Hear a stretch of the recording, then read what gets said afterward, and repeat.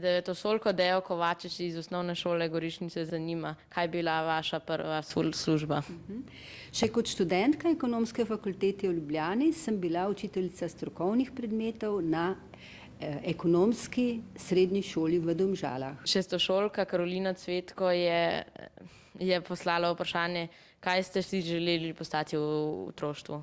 Pravzaprav mi je bil všeč poklic učiteljice. Bila sem navdušena nad svojo učiteljico slovenščine in zato sem se videla predvsem kot učiteljica.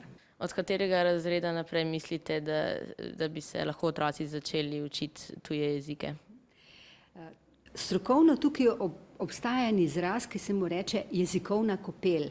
In pravzaprav je dobro, da se začne to že v vrtcu in nadaljuje potem v prvem in višjih razredih. Načrtujemo, da bi uvedli torej prvi tuj jezik že v vrtec, ga nadaljevali v prvem razredu, v četrtem razredu bi pa se lahko učili, če bi se želeli, že tudi drugi tuj jezik.